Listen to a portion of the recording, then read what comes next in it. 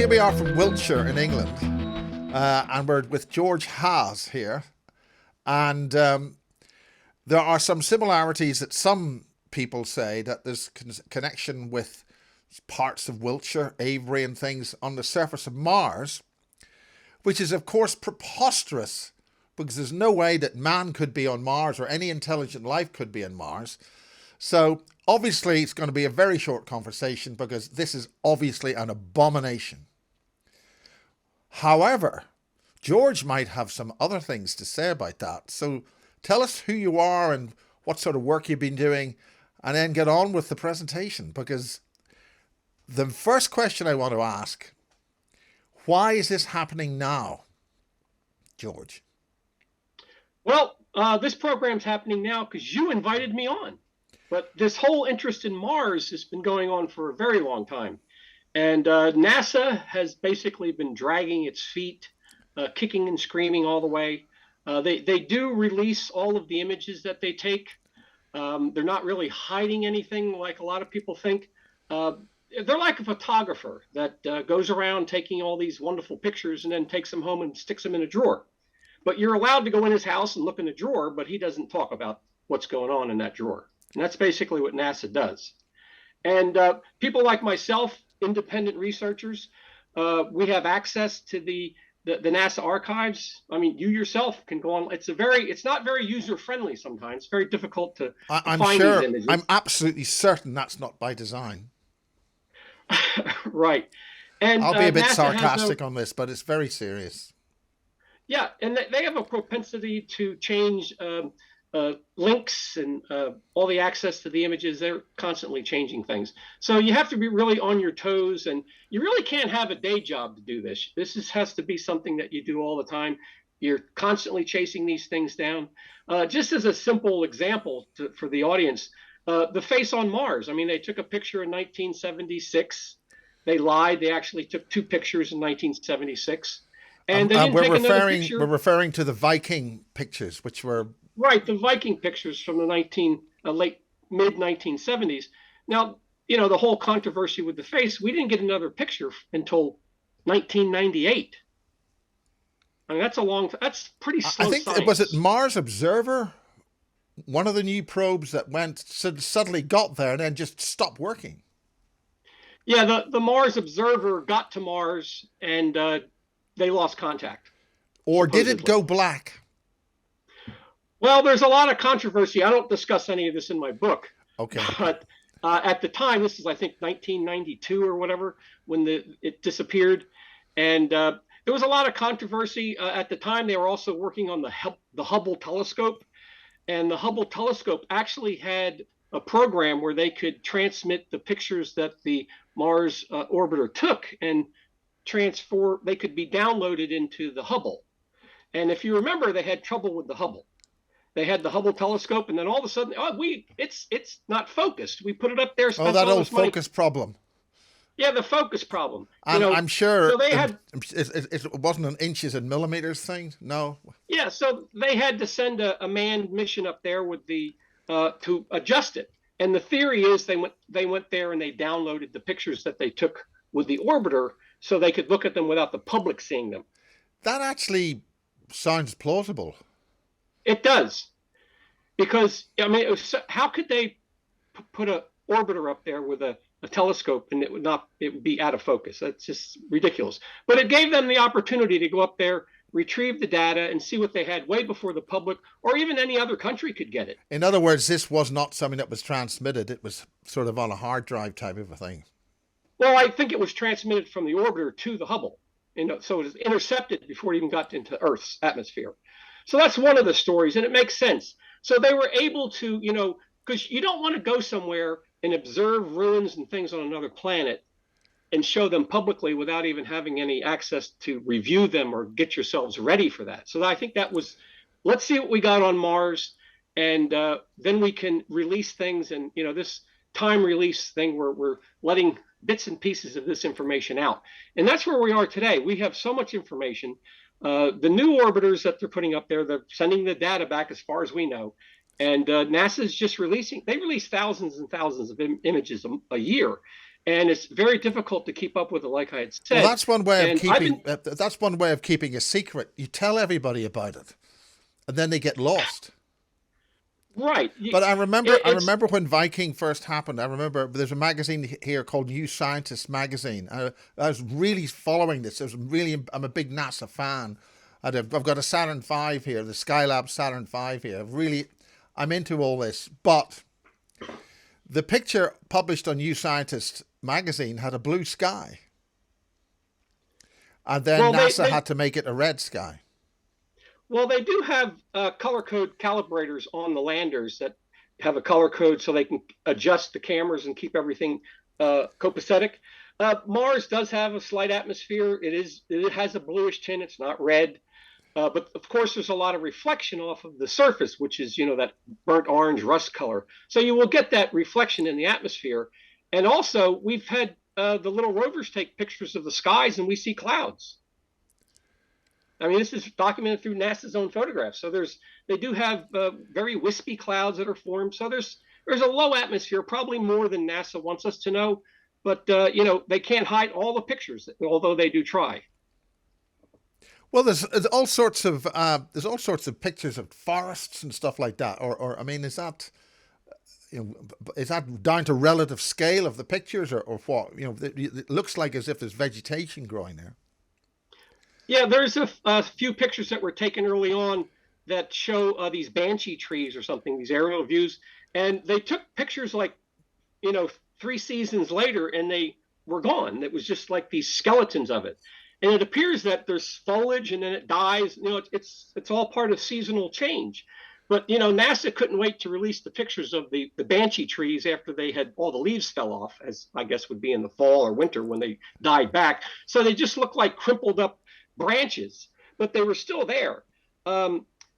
These images are very interesting, and if you do comparisons with aerial views of palm trees and things like that, it looks just like that.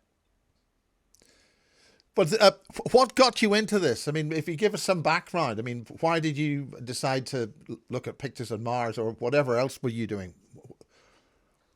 Well, Miles, my background is in art. I'm not a scientist. I mentioned that in the introduction of my book. I'm a painter, a sculptor. I was the president of the New Jersey Sculptors Association. I exhibited up in New York, in New Jersey. I exhibited up in the big 80s in the East Village when all that was going on. So I had a pretty good art career.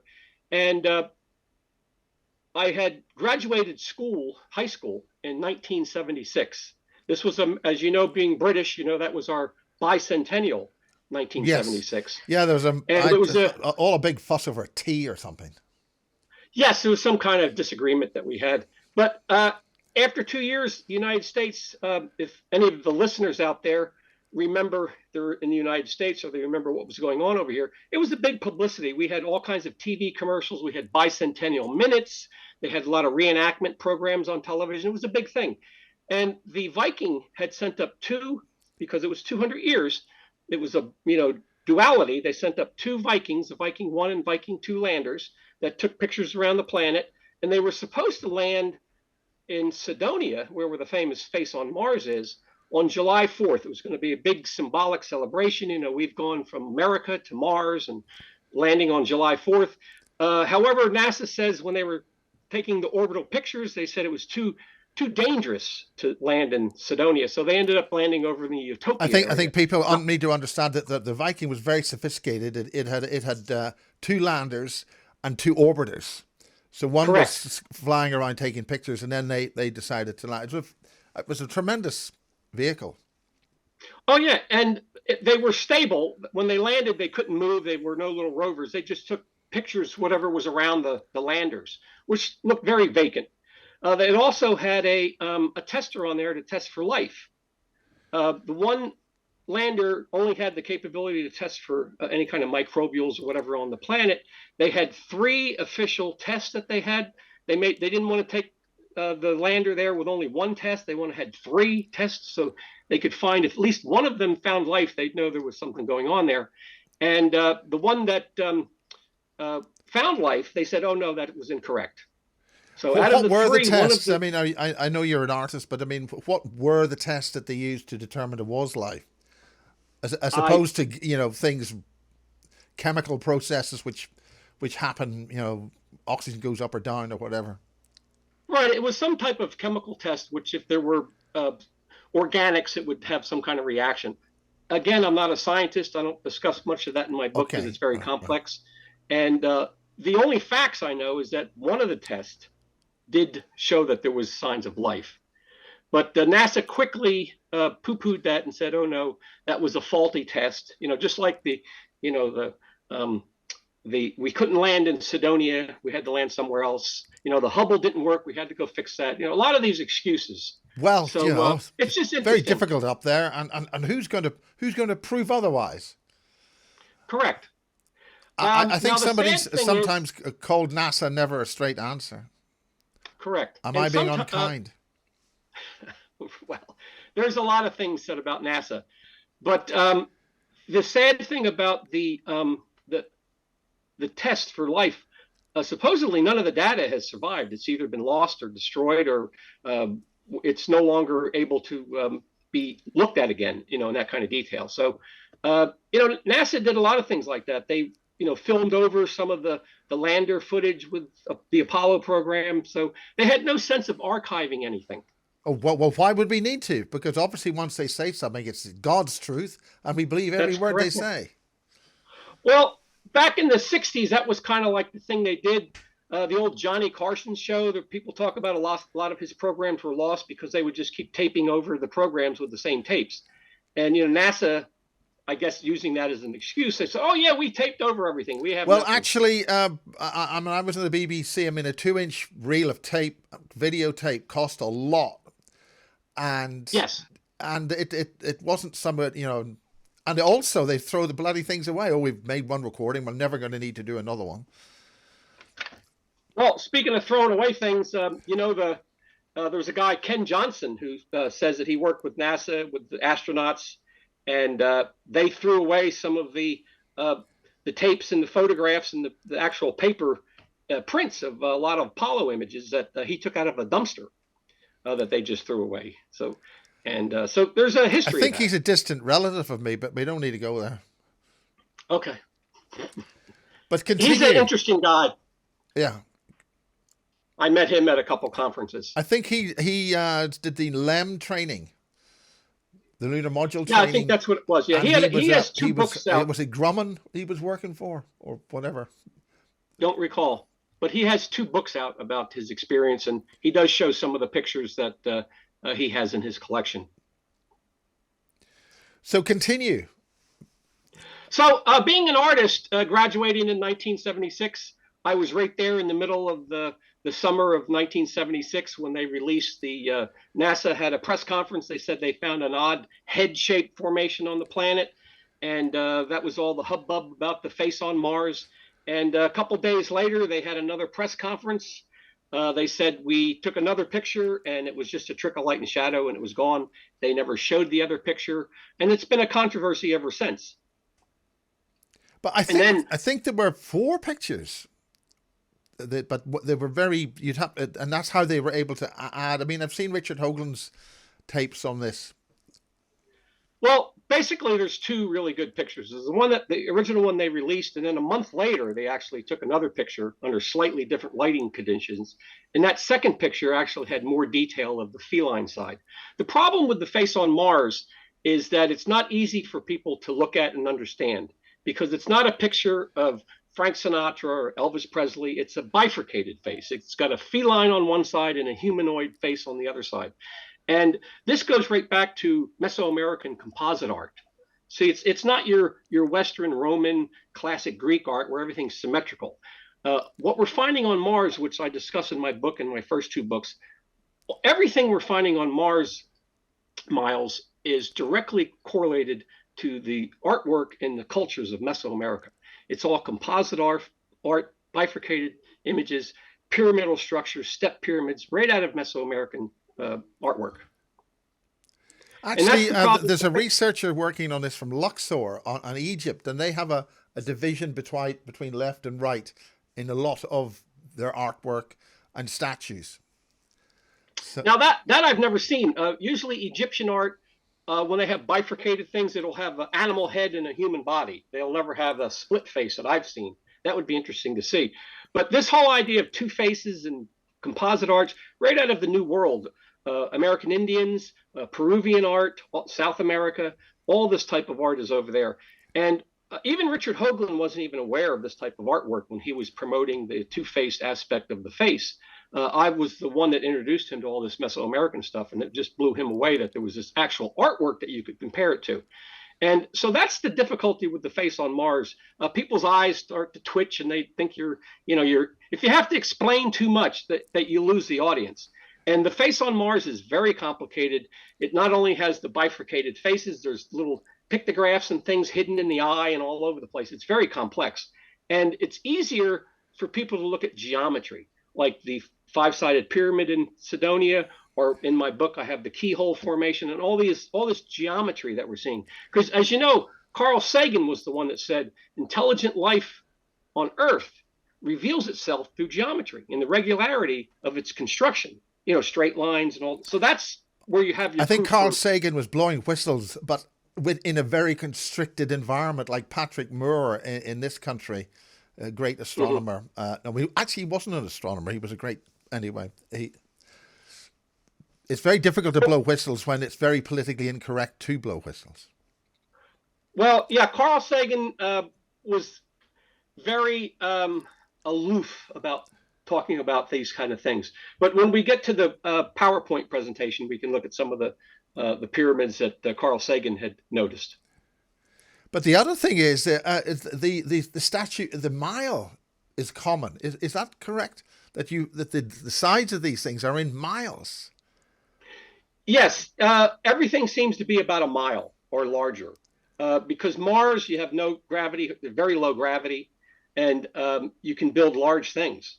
And when you build them that big, they'll stay for a very long time because there's no great winds. You see a lot of these sci-fi movies with these, winds tearing people. You don't have that on Mars because there's hardly any atmosphere. I mean, it's science. I mean, you can't have wind like that without any kind of atmosphere. Yeah. The wind on Mars, as far as I could see, is no more than, 15 miles, at the most 30 miles an hour.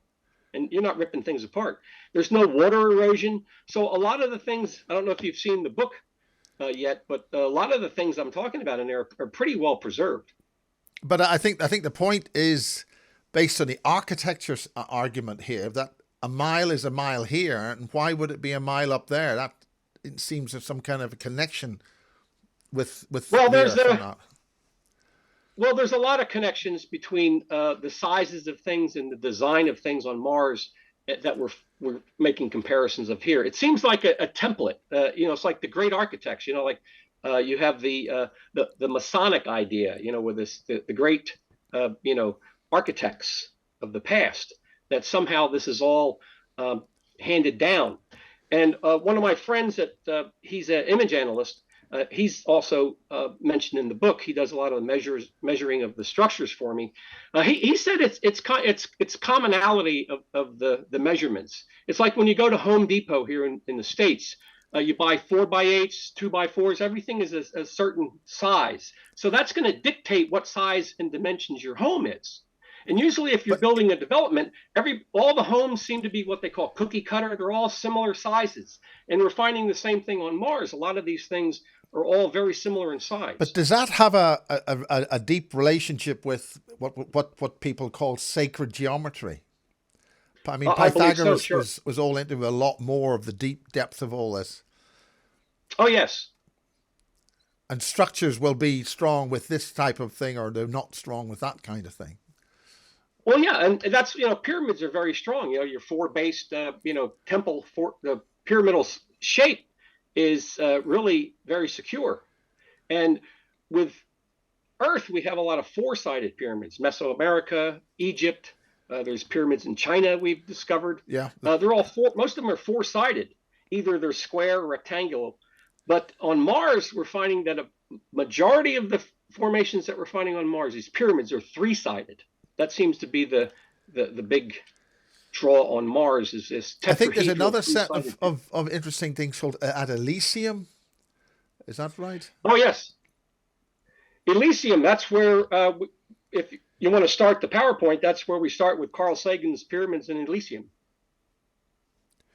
Well, So this what is got me absolutely started, fascinating. I mean, fundamentally, what is the gist of what you're trying to say insofar as why is it controversial or is it not controversial? is what controversial? In terms of architecture. If you have architecture, you must have intelligent design. Is that right? Well, that's from the scientific community, that seems to be their marker, that if you find straight lines, geometry, that's a sign of intelligent life, because nature doesn't do that.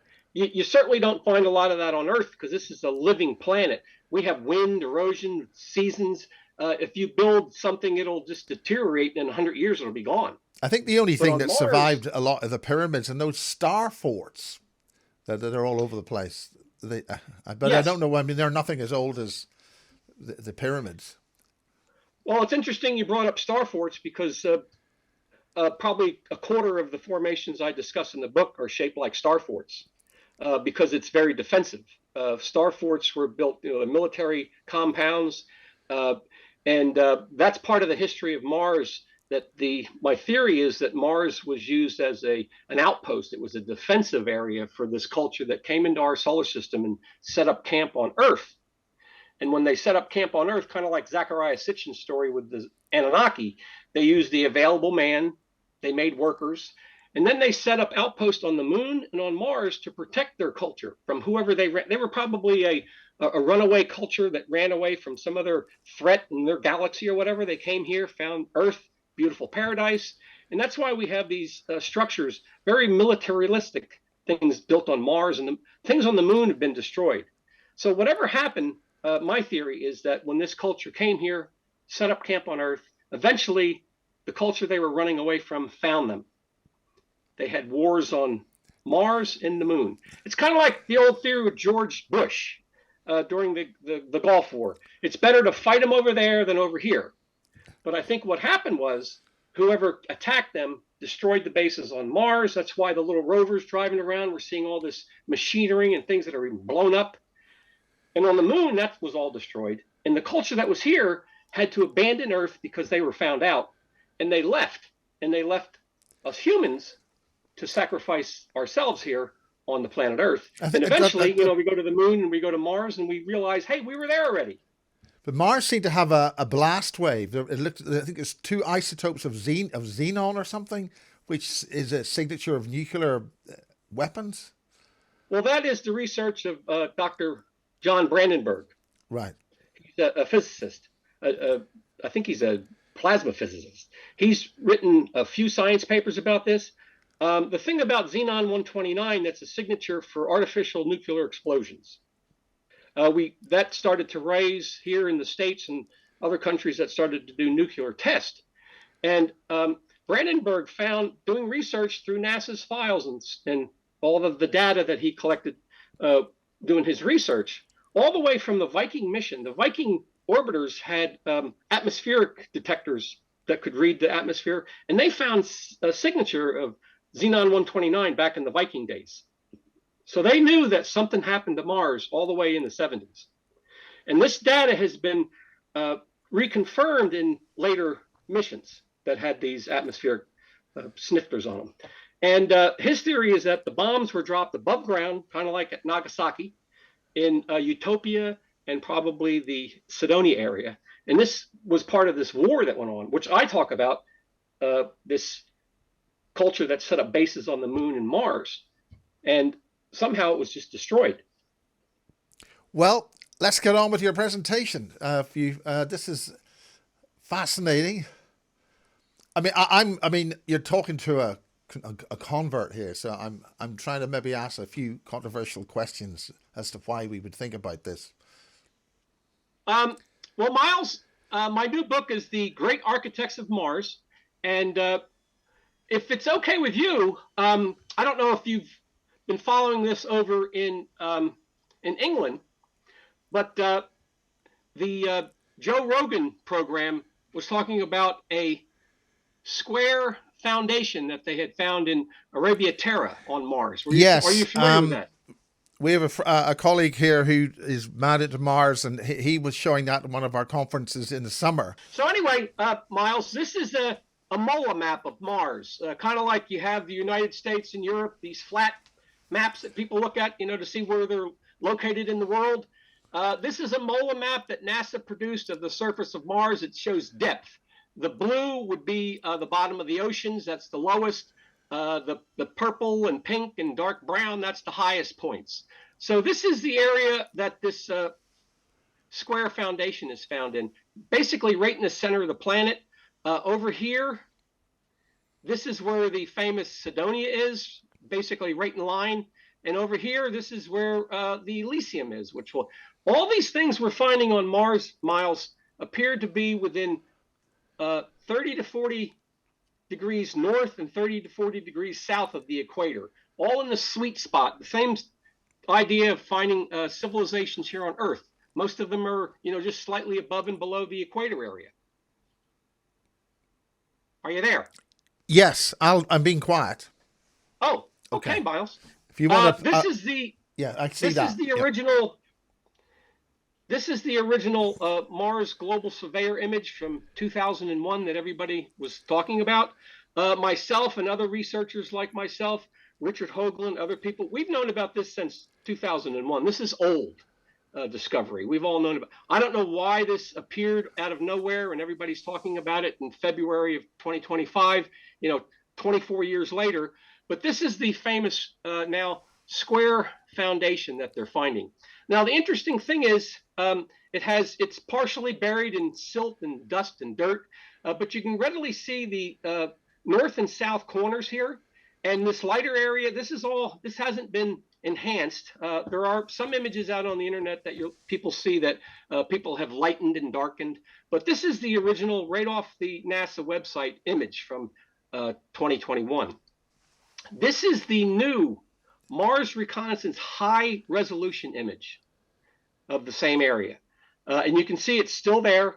It's actually on a ridge line. This is a cliff, Miles. Yes. So this corner here is actually right on the ridge of a cliff. So this is a great fortress area where you get this expansive view of the area. It's a great military place to put a structure like this. So it makes sense. Just to be clear about this, that would mean that white area at the corner is a sloping feature going down as opposed to something coming up. Yes, this is a slope. This is like where water was. This was a waterway here. Okay. Like this winding little ridge line. So this just shows the formation is still there. This is the new Mars Reconnaissance Orbiter. I just put a square on it to show you the formation's still there. Now, this is a comparison that I did recently. This is a square fort ruined foundation over in Afghanistan out in the desert. And you can see this is partially ruined, partially under dirt and silt. And, the desert sands are covering it, which is very comparable to what we're seeing on Mars. Do you see that? Yes. So what I'm trying to show here is that if this structure here, this square foundation on Mars was discovered in satellite images here on Earth, archaeologists would be saying, hey, that looks like some civilization or some fort or some foundation that we didn't know about. We might want to go look.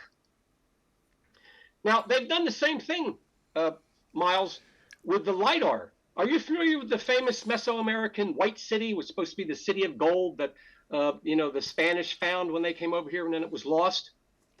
I'm actually not, but it's always worth just giving a few words on that. Yes, this is found in Honduras. Back in the 1700s, when the Spanish were over in the New World, they had located this Maya city that was just covered with gold. And it's been considered a myth, and nobody could find it. However, they think they found it back in 2021 with LIDAR going through the jungle. Now, this square, you see the square formation here? Yes. I outlined it. This is on the same ridge line that you would see what we're looking at, that formation on Mars. The same square structures right on a side of a cliff, just like we're seeing on Mars. So the placement of it is very interesting.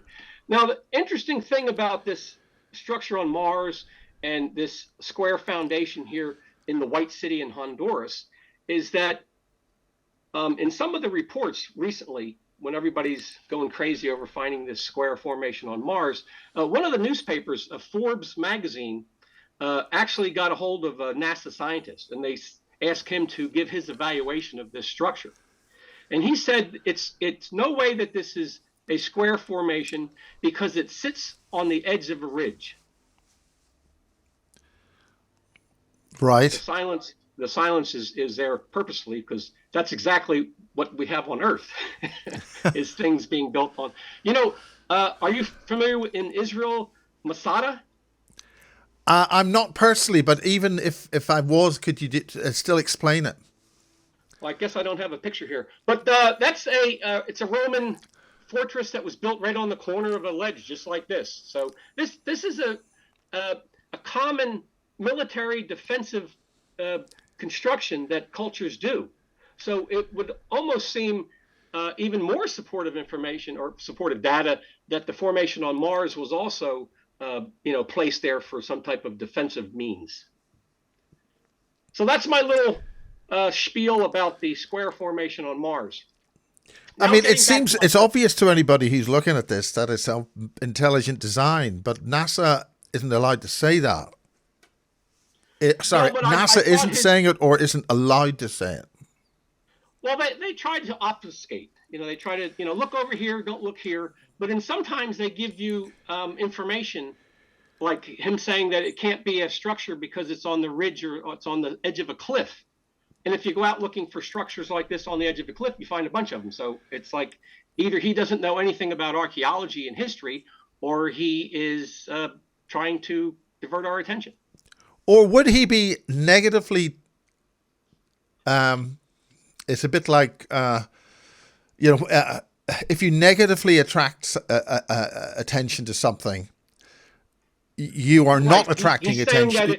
You're not attracting attention, but the very fact that you're not attracting attention gets people to look at it, and then if they are actually, I'm stretching a point here.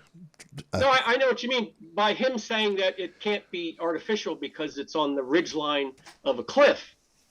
And if you go look up structures on the ridge line of a cliff and you find a bunch of examples, then maybe he's trying underhandingly to try to guide you to say, hey, we do have evidence that this is an artificial structure. There's a very interesting phrase called, "You might say that, but I couldn't possibly comment."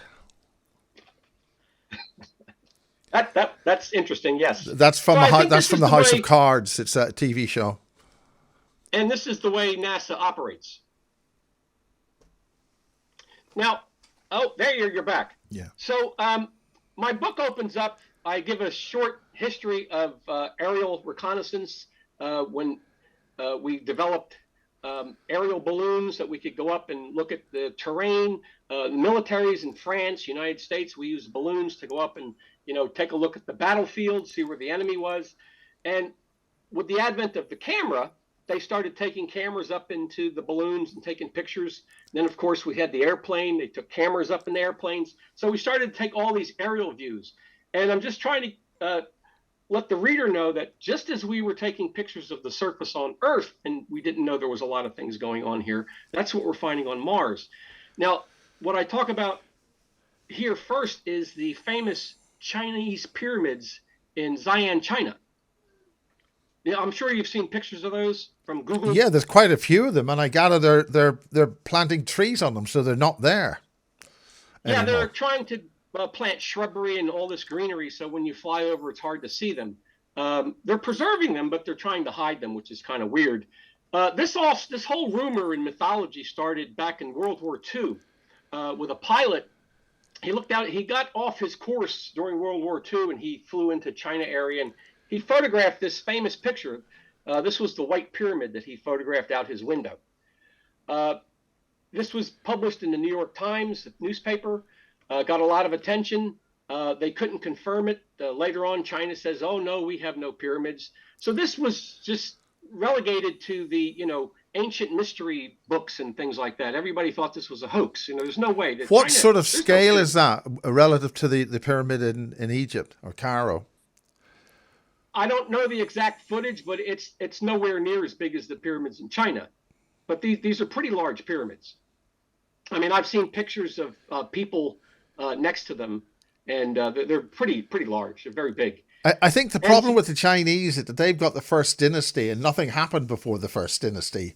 And some of those mummies that they found, which are clearly auburn or red-headed mummies, is inconvenient for their historical narrative. well, I think you absolutely explained it. They're a communist country. Uh, Nothing happened before them, and anything that they find that happened before them, they destroy. It's kind of like the old Planet of the Apes movie, the first one with Charlton Heston. They found out that man was advanced and they tried to hide everything from the people. That's what the Chinese, all these communist countries do that. Russia does the same thing. We can't have the public knowing that there's something greater than their government. You shouldn't talk about Great Britain like that. Well,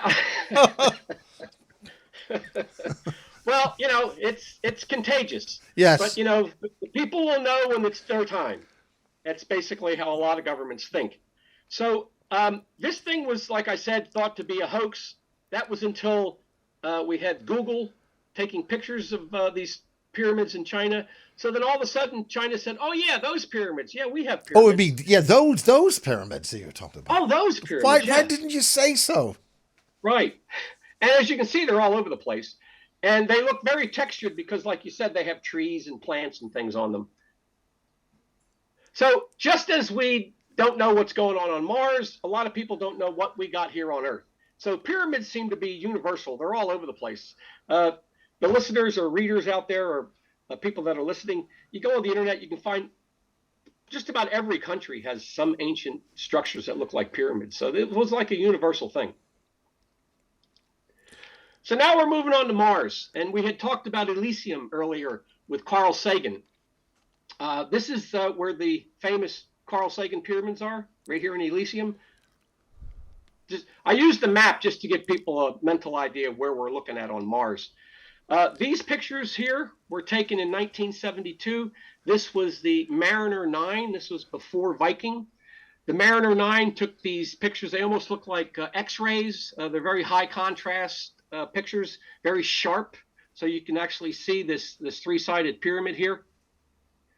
And this is what Carl Sagan talked about. He toured a lot of places in England early on. He was, I think, invited over to the Royal Academy. He did some talks over there about these pyramids. He never produced any science papers, but that was left to our good. Now, do you know who Mac Gibson is? The famous Gibson paper. Actually, I don't. Yeah, most people don't know. I didn't even know about him, Miles, until I started writing this book. Well, Mac Gibson, he was also looking at these images in 1974. This is 6 years before Carl Sagan. He had a science paper published in Icarus. Now, Icarus is a high-end science journal. This isn't just your run-of-the-mill journal that anybody can get in. This is a reputable journal. And he had his article published in there, Pyramidal Structures on Mars. And he spoke about the same three-sided pyramids that Carl Sagan became famous for. Now, I don't know if his lack of history has anything to do with his facial features, but we don't seem to have much talk about Mac Gibson. Of course, everybody knows Carl Sagan here. He had the book Cosmos. He had his TV series. The pyramids were actually reproduced in his book. So everybody assumes, Carl Sagan, these are his pyramids. He's the one that discovered them. And he also had that famous quote where he said, intelligent life on Earth reveals itself through the geometry and regularity of its construction. I think that's that thing that you said earlier, just a few moments ago. The subject is full of that kind of thing, where only certain people are allowed to discover things and others aren't. I think so. Well, everybody loved Carl Sagan. He talked about the billions and billions of stars, and he was very popular.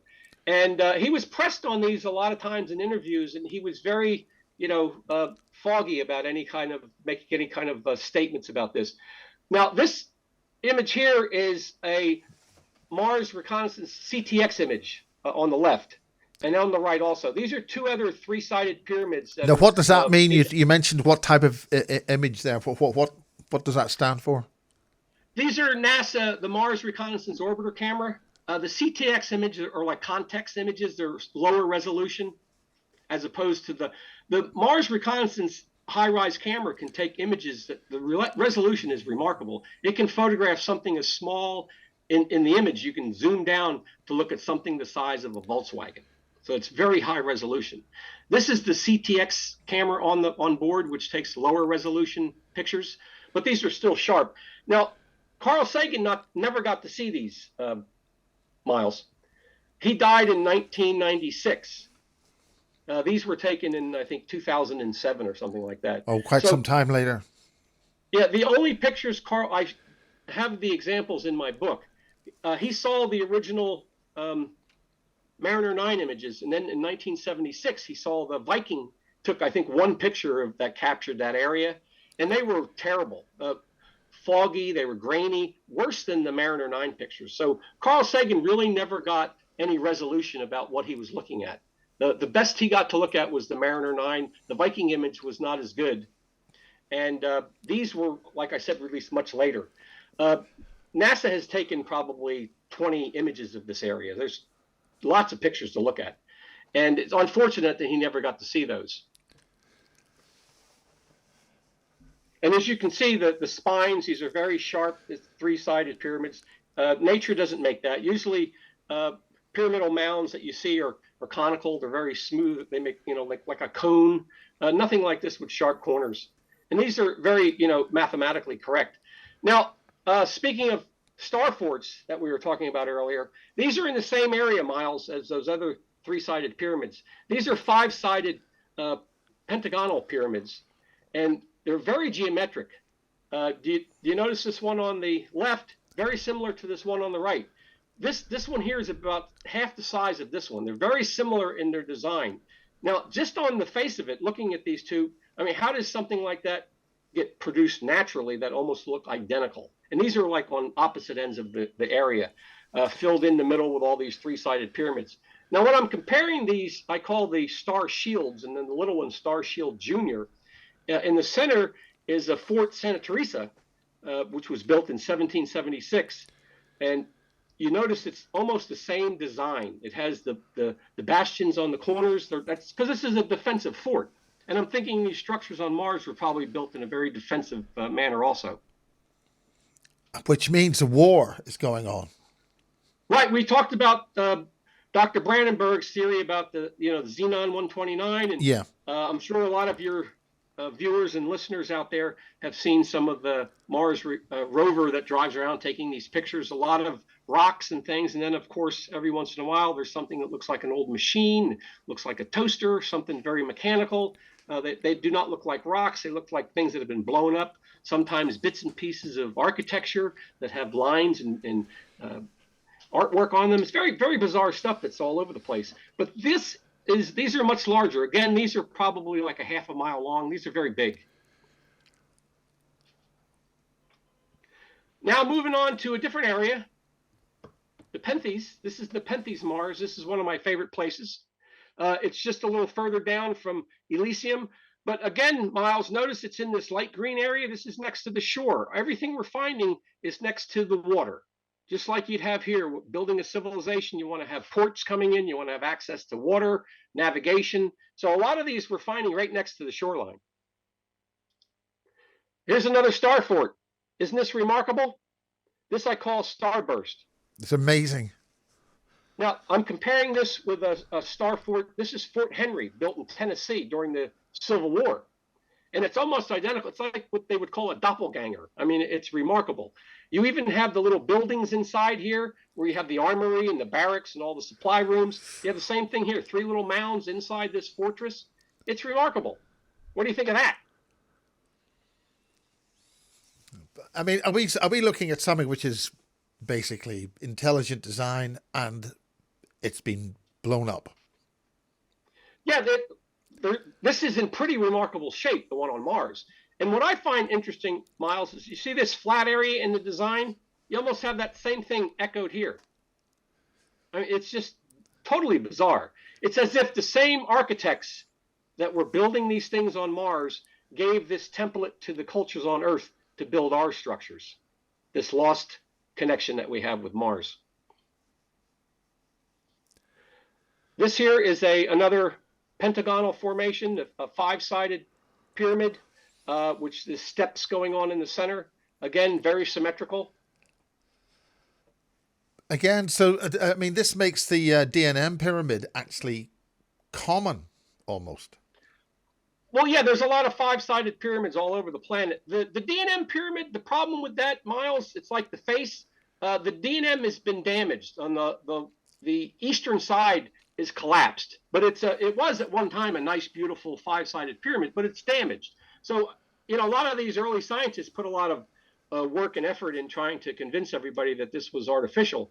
But the amazing thing about the D&M pyramid is that it's on a arrow-shaped platform. The platform it's on is very symmetrical also. But I think the problem with the D&M, that one side's been hit by, you know, during this ancient battle, something hit it, you know, some missile hit it. And one side's down, you know, kind of like the Pentagon in Washington, D.C., you know, that was attacked, and we have the one side damaged. It's kind of interesting to think about that. Are we reenacting things, you know, as above, so below? Well, exactly. That's another story. But I mean, is the rover able to nowhere near any of those pyramids? It's too far away. Is that right? No, it's over in the Gale crater, and it's nowhere near any of these things. But that area that it's driving around has got a lot of evidence of, you know, remains of all kinds of broken structures and what's masonry. What's this section here you're looking at now? This is called this is the conjoined temple complex. This is all geometrically shaped formations. They're on these little platforms. This one here is on a platform. There's like a pentagon here with little domes, little mounds. The next slide, this is just the outline of this is all the geometry in this single little area. You see all that? These are all straight lines, mounds, domes, all kinds of triangular formations. And, you know, I had my colleague, William Saunders, look at these. And, you know, if they say, oh, this is all just from natural wind erosion, there's no way you could have this structure here with this point and these edges. This is all symmetrical stuff. It's amazing. These were what I call, and other researchers call, arcologies. These are probably the living quarters. This is where the people that were protecting Earth, you know, their base on Mars, the defensive area. This is what they were all living in. The interesting one here, Miles, is this one in the center that we'll talk about. All right, look at that. The symmetry and geometry, that's an exquisitely designed structure. And that's right in the middle of the complex. Nothing like that in that area. Everything else is triangular, rectangular, square, round. But this one is very complex. And you can just see the line that runs right down the middle. It's got like this beak on the end. Some people say this looks like a space flight, a fighter or something, some kind of space vehicle. Yes, I could see that now. Pretty amazing. And even the mound next to it, this is very symmetrical. So I call this the crowned kite. And there's multiple pictures of these, Miles.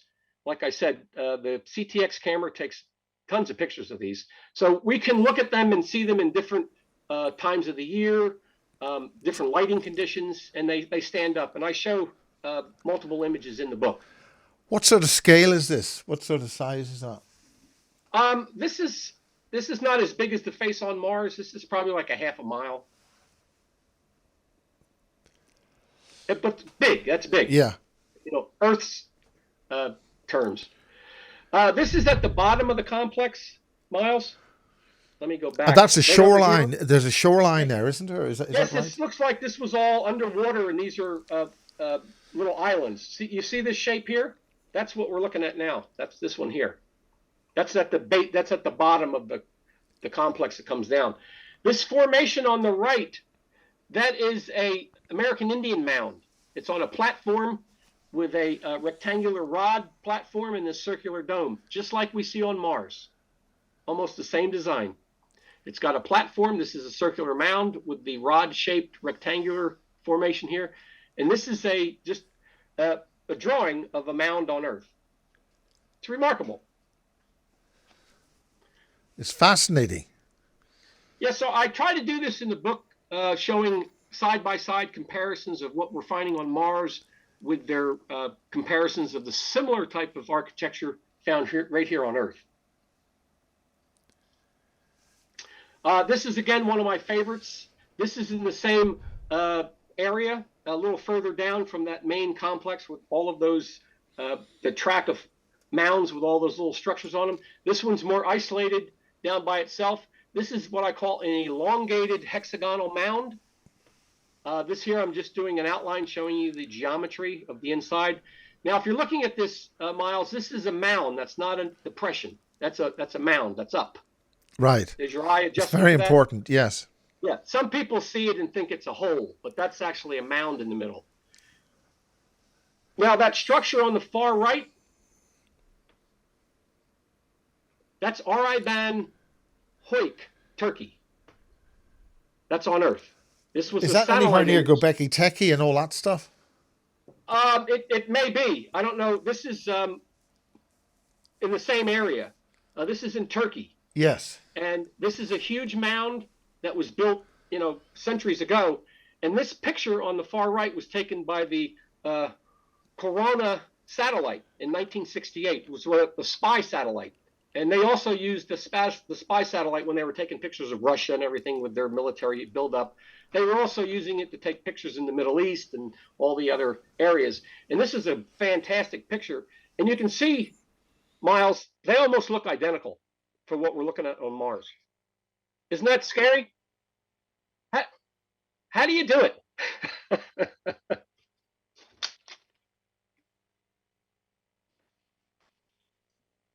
We'll move on to the next one. Now we're moving into a different area, Miles. Again, we're hugging the shoreline. This is just west of the last area we were looking at. This is called Libya Montes.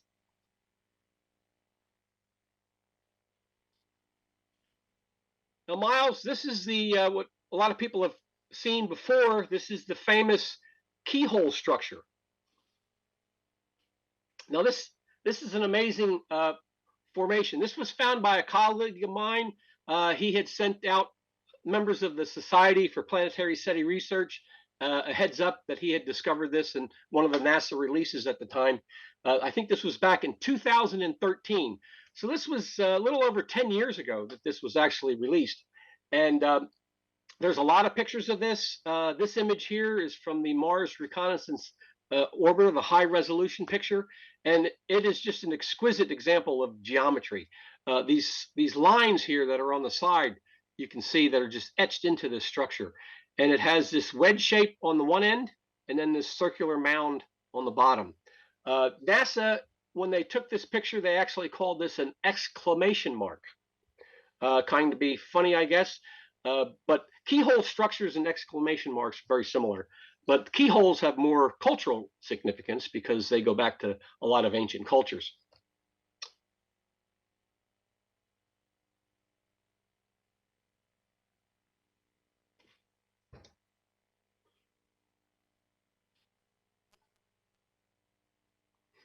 This is it's about the size. Yes. It's about 1.5 miles long. That's from the top of the wedge here all the way down to this end. It's about 1.5 miles. It's pretty big. And it sits out in the middle of nowhere. It's all by itself. It's as if you would be flying over, looking down, and this thing is saying, hey, looky here. This is where all the information is. This is the data house. This is the library. This is where we hide all of our information. And as you can see, it's in pretty great shape. The lines here that come down. Now, this was also the topic of a science paper. We had 2 geologists look at this. They talked about how this thing could not be produced by wind erosion, because any kind of wind that would come down here creating these striations here would destroy the dot or the dome on the bottom. So this thing just screams of artificiality. It's totally symmetrical. The geometry is amazing. And this is what I call one of the 2 smoking guns on the planet. Which is the first and second one, the square, the It's square. actually this one in the Parrot that we'll talk about later. This is some of the science that we did. This is actually in the book, and also there's a science paper that was published. Your listeners out there, if they go to the Cydonia Institute, we have all of our science papers that we had published in science journals. We have PDF copies they can download and read them for free. That's very important. Do mention that a couple of more times, please, during the conversation. Yes, our website's the Cydonia Institute. If you just type in George Haas or the Cydonia Institute on the internet, it'll come up. And if you go to the section in our website that has our published papers, you can download and read all of our papers. We have 6 or 7 papers in there. Doing a review of terrestrial structures that are similar. Because we had Google Earth, a lot of geologists didn't even know that these things are out in the middle of the Sahara Desert. This is in Saudi Arabia.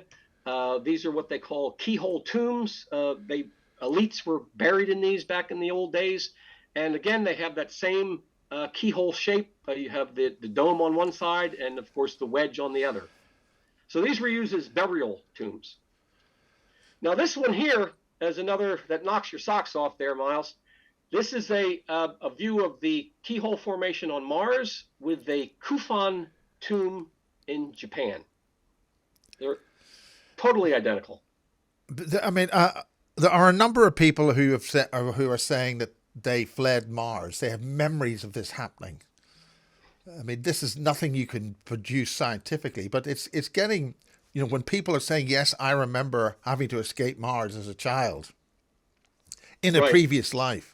I mean, that's too many hoops for people to take seriously, but it is pointing to something to say that people had to get out of there quick and came here. Yes, whoever produced all these, there was some type of conflict. We can only, speculate, but something happened. We have evidence, all these little rover pictures going around, seeing all these damaged machineries and things. And so something happened, and I think whoever they were, they abandoned us, left us here, and they went searching, to a star system far, far away. And we were left here, and we're only recently discovering who we are and, that we have this connection with the moon and Mars. Right. Well, this area here is interesting. This is below that city area, the grid city that we saw, the Martian Atlantis. This is pretty far down below that.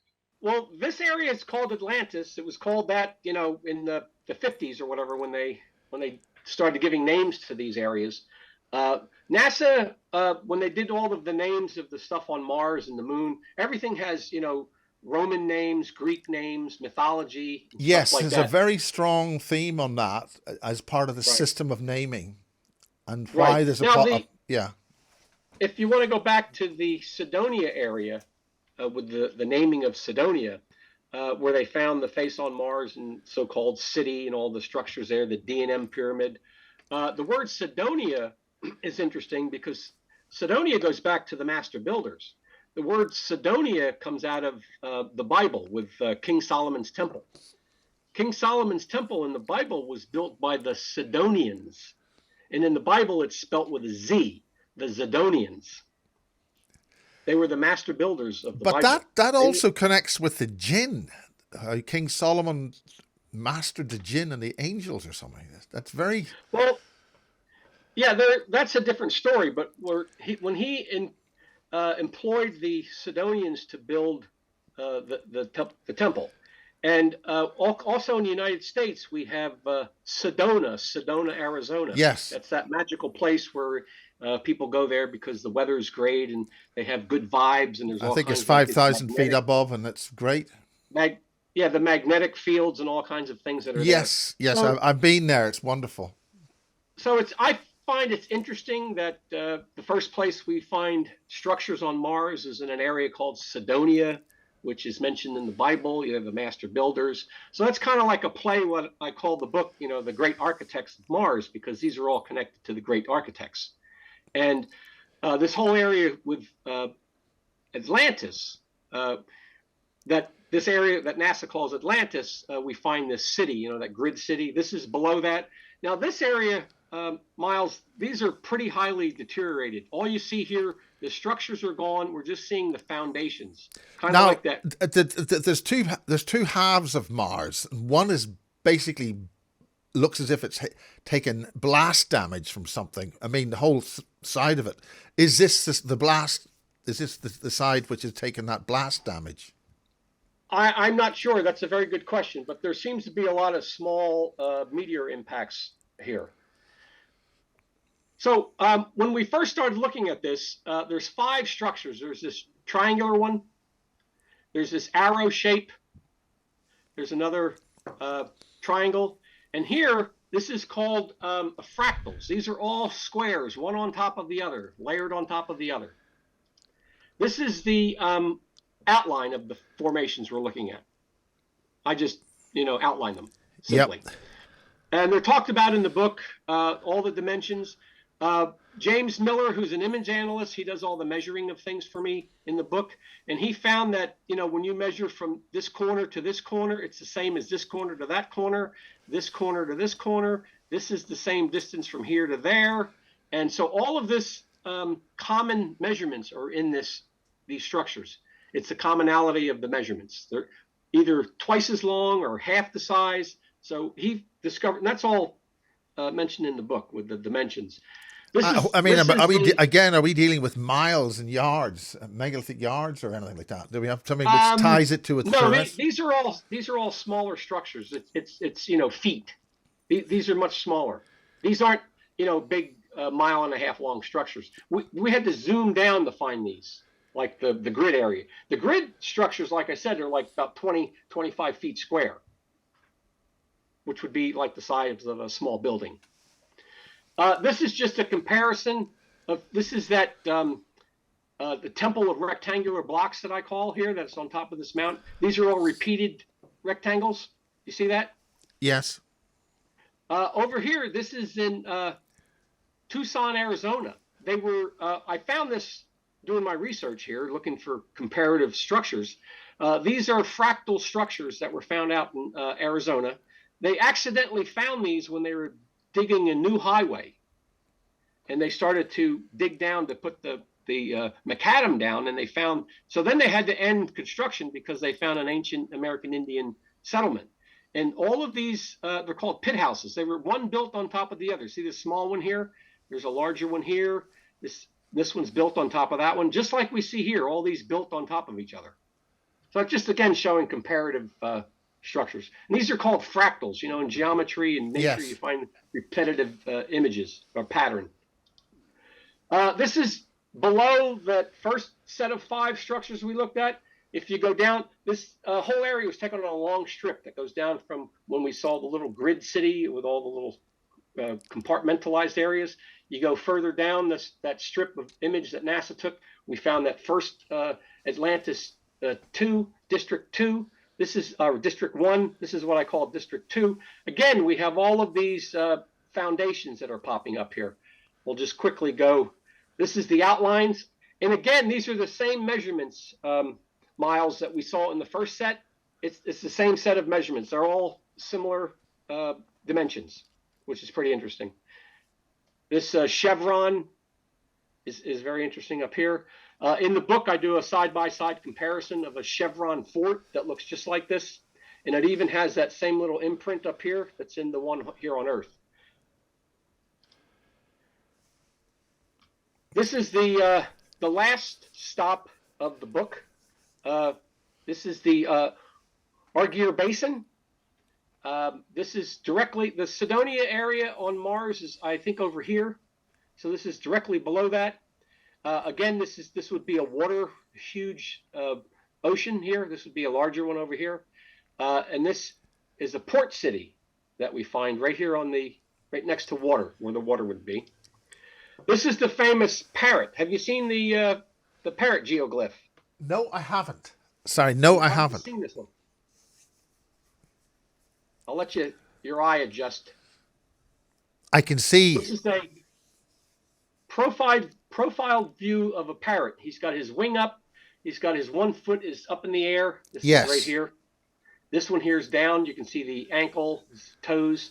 Here's the beak. You can actually see his tongue in there. This is his eye, his neck. This is the body. The tail feathers go down. You can actually see wing frets here where the feathering goes up. Now, when this was first, we have like 5 or 6 pictures of this. Recently, NASA took a Mars reconnaissance high-resolution image of this in 2022.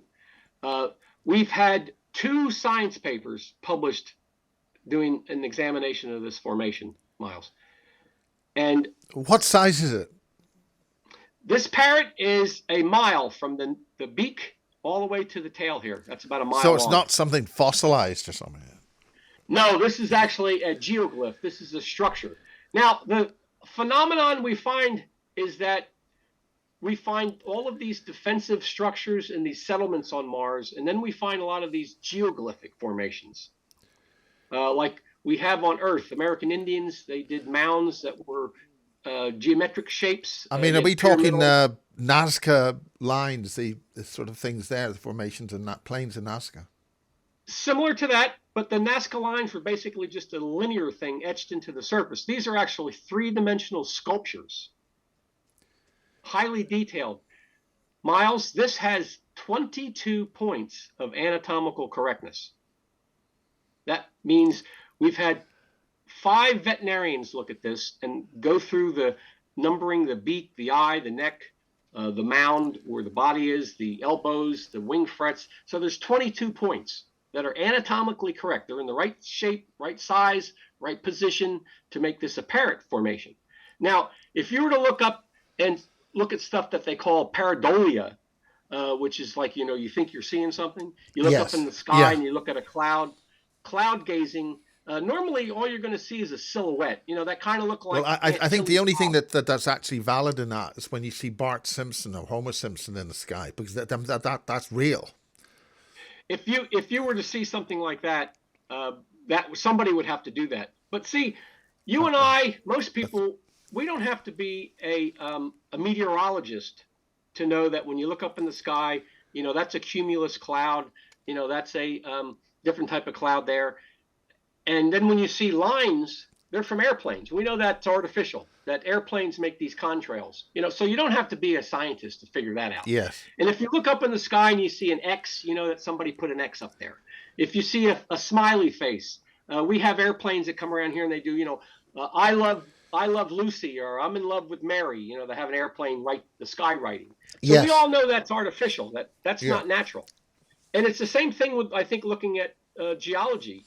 You know that nature doesn't make things that have 19 or 22 points of anatomical correctness. So somebody had to do this. This has some type of intelligent hand at work here. But that's a huge structure, a mile. Oh, yeah. Oh, yeah, it's big. Well, everything on Mars is big. So what all the girls say.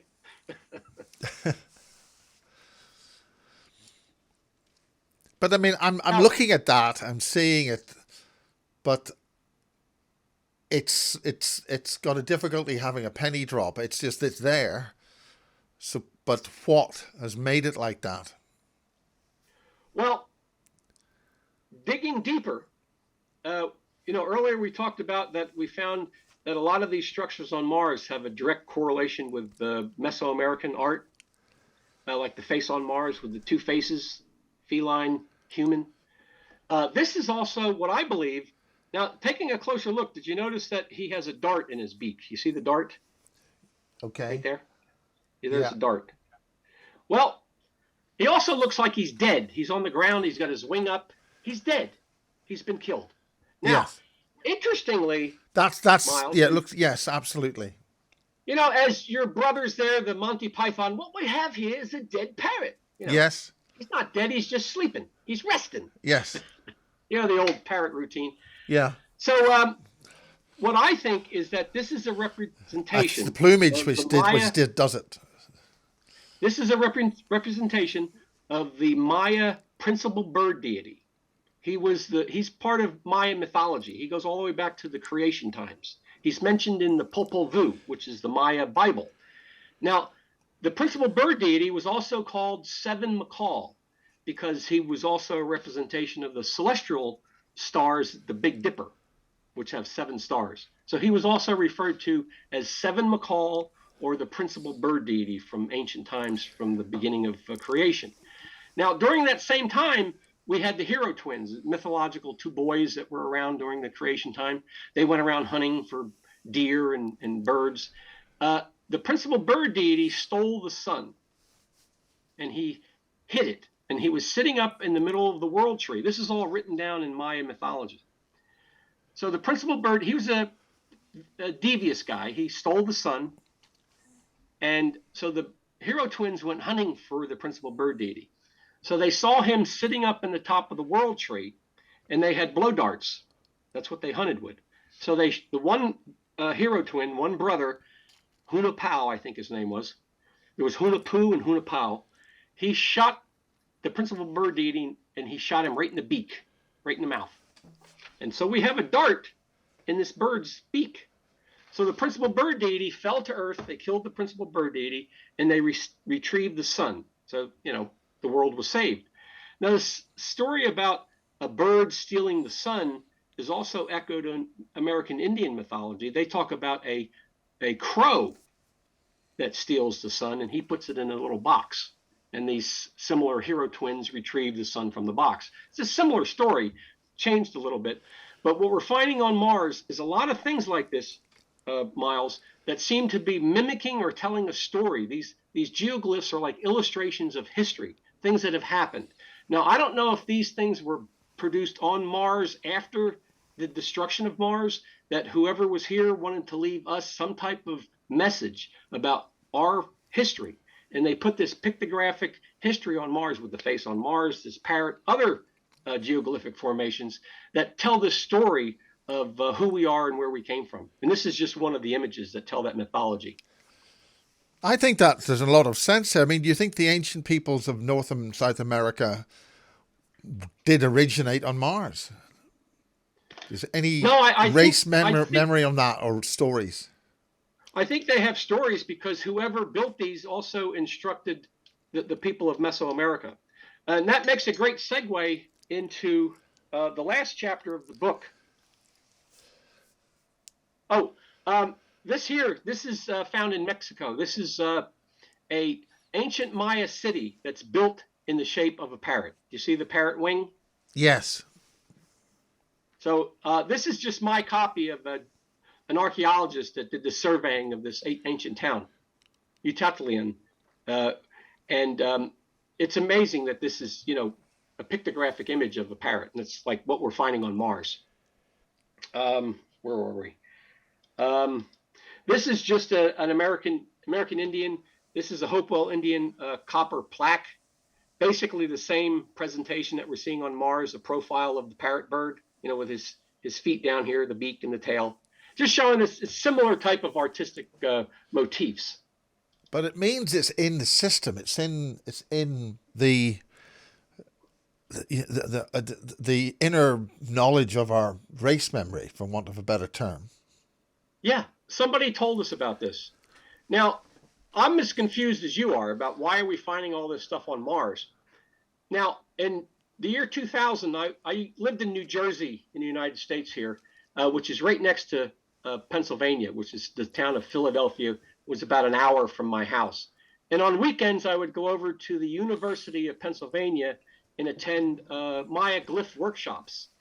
And they also, once a year, had what they called a Maya weekend, which they invite archaeologists, all of the current information they were finding about the Olmec and the Maya and the Aztec, and they'd have a convention for 3 days, once a year. At one of these in the year 2000, this guy, Simon Martin, was there. He was from England. He's very well known. He was involved in the art world back in the day, and he was very interested in the Maya, and he learned how to read and write Maya hieroglyphics, and he became like the top guy that was reading all this stuff. So this is his book called The Chronicle of the Maya Kings and Queens. Okay? Now, in this book, he talks about a little place called Naranjo in Mexico, which I never heard of. Most people don't even know Naranjo. You know Tikal and Cozumel and all these, Chichen Itza, but nobody really has heard of Naranjo. Well, archaeologists have been studying Naranjo for a long time, and Naranjo is a very interesting place. Naranjo recorded in their pottery and their monuments a war called now this is not me talking, Miles, this is archaeologists. They call this, which reading the Maya hieroglyphics, it's called the Maya Star War. Like the Star Wars with Darth Vader and all that stuff. But this was a war between Earth and Mars. This is recorded in Maya hieroglyphics. And it happened about 1 million years ago. And this is recorded in this text. And they called Mars 6th Earth place. It was an Earth-like place, Mars, because that was an outpost. So the Maya in their writings is this glyph here that we're seeing on, this is a Star War glyph. This glyph here, you got the bar, which is 1, and this is, or 5, I'm sorry. This is 5, and then a dot is 1. So this is 6th Earth place. That's what that glyph means. Now, their patron god was the Zip monster, or he was also called the Mars beast. This is a little segment of the Dresden Codex, which talks about all the movements of Mars. The whole booklet, the surviving parts of it that we have, all talk about the movements of Mars and all of that data that the Maya knew about Mars. And this is a representation of the planet Mars. This is called the Zip monster. See, his nose goes back on itself here. He looks like a serpent. Yeah, these are very important details. Yes. So this is the Mars beast, and he's also related to the rain god and symbol of war. This here, this is an axe handle with a little axe. This is, believe me, this is what the archaeologists, interpret this. This is an axe. This is a symbol of the rain god. So this is all saying, Mars war. So this is the Mars war glyph. This is another image of the Mars beast. This is actually a monument, a big sculpture. You can see it's very detailed. Here's his teeth. His nose is going back. His mouth is open. He's got a little beard. Now, on his body, he has 1, 2, 3, 4, 5, 6. He has 6 spheres, 6 discs or dots. That's, again, emphasizing that he's from the number 6. That's Mars, a 6th planet. Now, the interesting thing about the Maya equating Mars with the number 6, they also equated Earth with the number 7, and Venus was like the 8th planet. Very similar to the Sumerians with the Zecharia Sitchin's research about the Anunnaki counting the planets from the outside in. The Sumerians, they gave Mars was the number 6, Earth was 7, and Venus was 8, and that's how they numbered. The Maya did a very similar thing. So Mars was equated with the 6. That's why you have 6 Earth place, and it's related to the Mars beast, which is Mars. This is in the Madrid Codex. These are zip monsters in human form coming out of these things at their feet. They're not on skateboards. These are sky bands. They're coming out of the sky. This is what I call the Mars beast descending. This is the invasion of Earth. Are you with me? Yes. And you see they all have... There's subtle differences between these. Yeah, but they all have a zip monster head. See this snout going back? It's the zip. These are all zip monsters. They're Martians invading Earth. They have an axe in their hand. See the axe? This one has a torch. These are all weapons. So it's all there right in front of us, hidden in plain sight. All of this stuff about the battles on Mars. But they're also upside down. Well, no, they're coming down from the sky. These are sky bands up here. Yeah. See the X? That's the 4 corners of the cosmos. These are sky bands. So they're all descending. They're coming down. This is in Chichen Itza. This is in the Temple of the Jaguar, a very famous temple. You can't go in there anymore to look at these sculptures on the wall. This is all battle scenes here in these ropes, different panels. This here at the top, there's a Stargate. You see it looks like this ancient sphere with these points on it. This is called a Stargate. Right. Okay. Yeah. The archaeologists say this is a battle scene. This is a captain's sun. This is a sun symbol, and he's inside the sun. It's highly deteriorated. He's actually sitting on a jaguar, and he's got a weapon up there, but it's pretty deteriorated. But anyway, that's at the top of a battle scene. This is another area. This is upstairs in the Chichen Itza, the Temple of the Jaguar. This actually is another image of the sky captain, or the captain's son. Notice the four corners. There's Mars Beast. See the Mars Beast with the fret going back, the nose? These are four star beasts. So you have a guy sitting inside a vehicle, a sphere, and he's got a weapon. You see that? Yeah. So I'm just in the book. So this is some kind of a traveling vehicle. Exactly. You see these same vehicles in Mesopotamia. This is a Sumerian. Here's a star shield, and there's a warrior inside. He's got a bow. You see that? Yes. This is very similar that we're seeing. And so this whole idea, I'm sure you've seen a lot of these Sumerian and Babylonian or Assyrian star discs. They have wings sometimes. Yeah. It's all about this. These are these flying discs. Which ancient aliens would refer to them as aliens, flying things or whatever. Correct. Now, this goes back, you and I got a little ahead of ourselves earlier talking about Dr. Brandenburg's the nuclear explosions on Mars. He contends that the evidence shows that one happened in Cydonia and the other over in the Utopia area. And this is all mentioned in the book about the Xenon 129, which NASA has known about since the Viking era. Now, this idea we were talking about just before we got into this Maya Star War, that you had suggested that maybe the Maya had been fighting these wars. I think, according to the Maya text, these battles happened 1 million years ago. But this is part of their culture, their religion, their history that they were told about. So they're repeating it. Now, I don't know if they do this over in England, but in America, they have a lot of reenactment clubs where people do Civil War reenactments. They dress up in the blue and the gray, and they do the Union and they get very detailed about it. Oh yeah, they got to have the right canteens, and they have seamstresses make these uniforms that are just like they were back in the middle 1800s. And there's jousting that goes on. People reenact these magical fairs and things. So that's a common human thing. If you go over to Washington, D.C., we have all kinds of monuments to ancient battles and ancient wars. And the Maya and the Aztec, the Olmec, they did a very similar thing. The Maya had these Star Wars, and they would reenact them. Their leaders would actually take the personification of a zip monster or a Mars beast during their ceremonies when they would take office. So they did a lot of this cosplay, they call it today. And also the Aztec, they also had something they called the Aztec Flower War. Now, the Flower War, these were reenactments of ancient battles that were reenacted. And what the little alcoves of the Aztec little towns and cities, the one ruler would contact another one in a different area, and they'd say, well, when Venus aligns with Mars during the summer, we're going to have this reenactment battle between our two camps.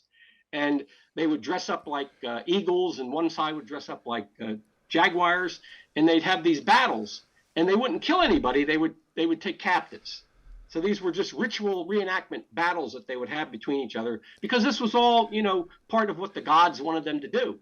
And they would, like I said, they didn't kill each other. They would take captives, and the captives would be collected and later on be sacrificed. So this was all about keeping their culture going. Very bloody, but there was no fighting and bloodshed during the battles because it was all make-believe. But unfortunately, they would execute the... Yeah, some of the captives would be, of course, they'd have to sacrifice the hearts to the sun to keep the sun alive. And this is just a picture showing, Civil War reenactments. So this is a common thing. And I think that's what we're seeing with a lot of this stuff with the Maya, that I don't interpret that the Maya actually were active in these battles with Mars, but they're reenacting them because it's part of whoever bestowed all this. Yes, this is how ancient stories and cultures reinforce that and explain why we do those kind of things. And America does the same thing on 4th of July. We have the fireworks, which mimics the battles that were going on during the Revolutionary War. So it's all reenactment. It's all ritual, ceremony. And I think that's what a lot of this stuff in the Maya is, that they're constantly reenacting these things. And it all leads back to what we're finding on Mars. We're actually finding hard evidence of structures and, ruined debris that the little rovers are finding. So it's pretty amazing, Miles. Do you think that this is much more recent? There's been a civilization on Mars.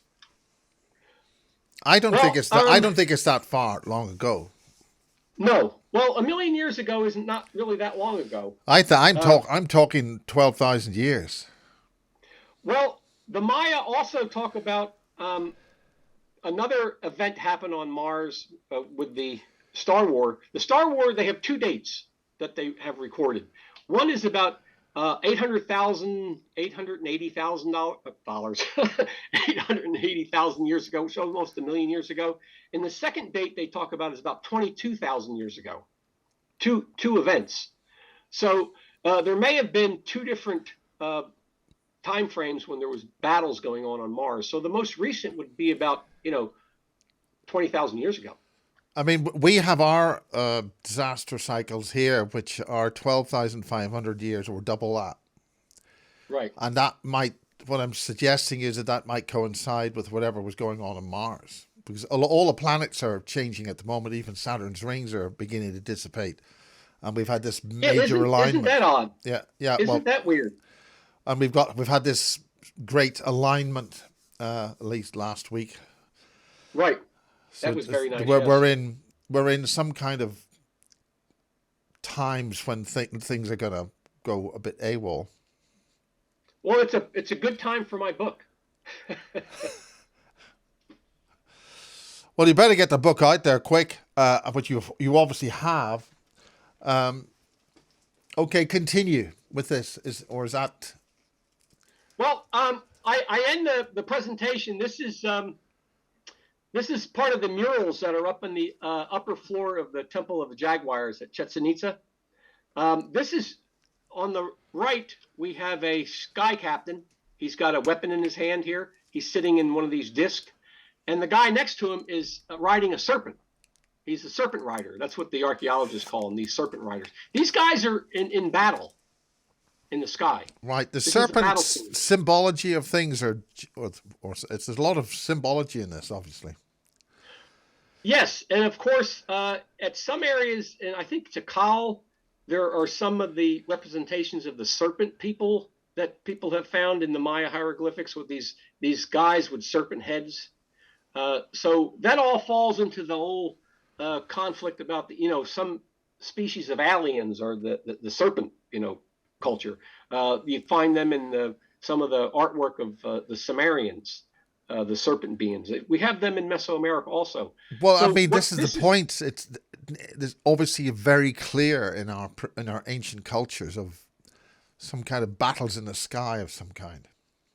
Yeah, we find this in India too, with all the stuff about battles. Of the gods unfortunately, with our culture, we're stuck in the Mediterranean and whatever the hell happened in Egypt or Rome. We don't really step outside the Mediterranean area, apart from Atlantis or something. That's true. There's a whole planet here, but we're sort of focused on what happened within a few hundred miles of the Mediterranean. Right. So.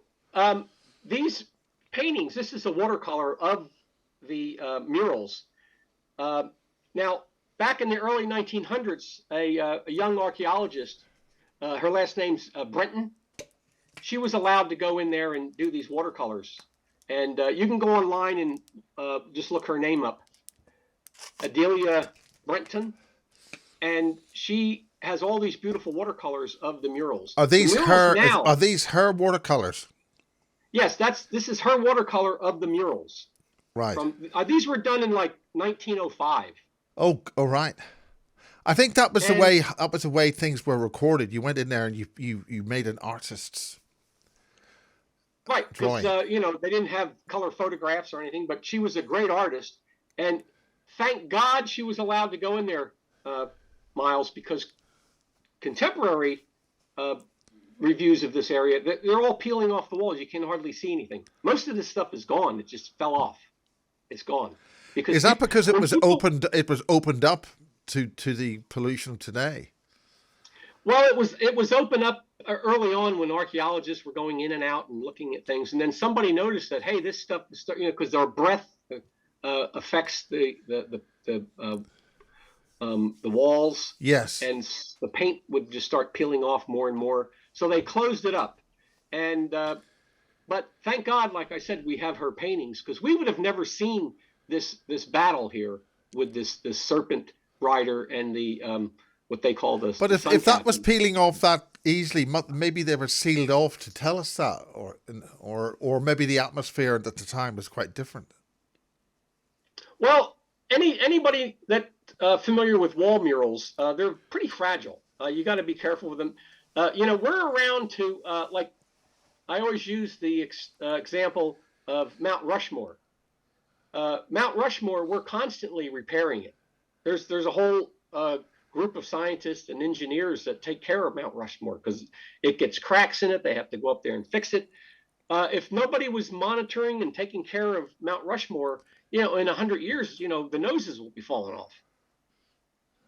So, these murals, we don't know really how old these murals are at Chichen Itza, because one of the odd things, I don't know if you're aware of, Miles, a lot of those murals that we were looking at with the star captain, they have beards. They're not Mesoamerican Indians. They have beards. Aha, because those Indians don't have beards. Is that right? No, they don't. And if you look at any artwork with the Olmec, we'll find there's some of the sculptures look like they were doing representations of Asian people. There's people with beards. It's like a melting pot was going on down there, that all these different races are coming up in the artworks.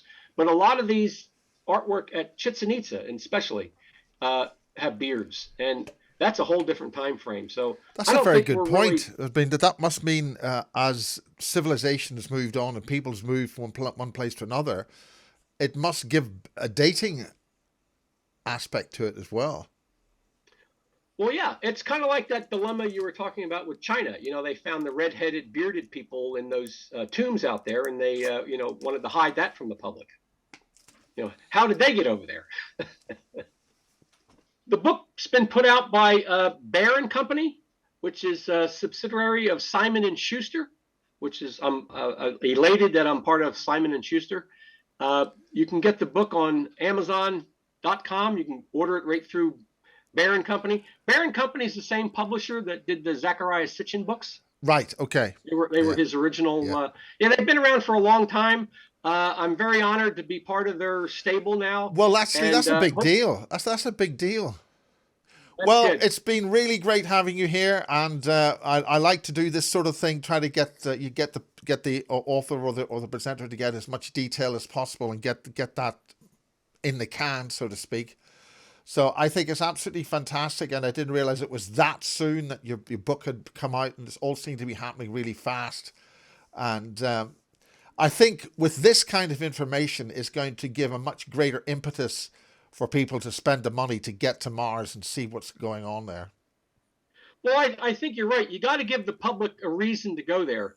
But, I hope that you send everybody my book. Yeah. And this will give a big impetus to go to Mars. So there are mysteries and there are mysteries. And thank you very much, George. Thank you very much indeed. I'd be delighted to have you back. Same channel, same time, as they say. Thank you very much. I'd love to come back. Thanks.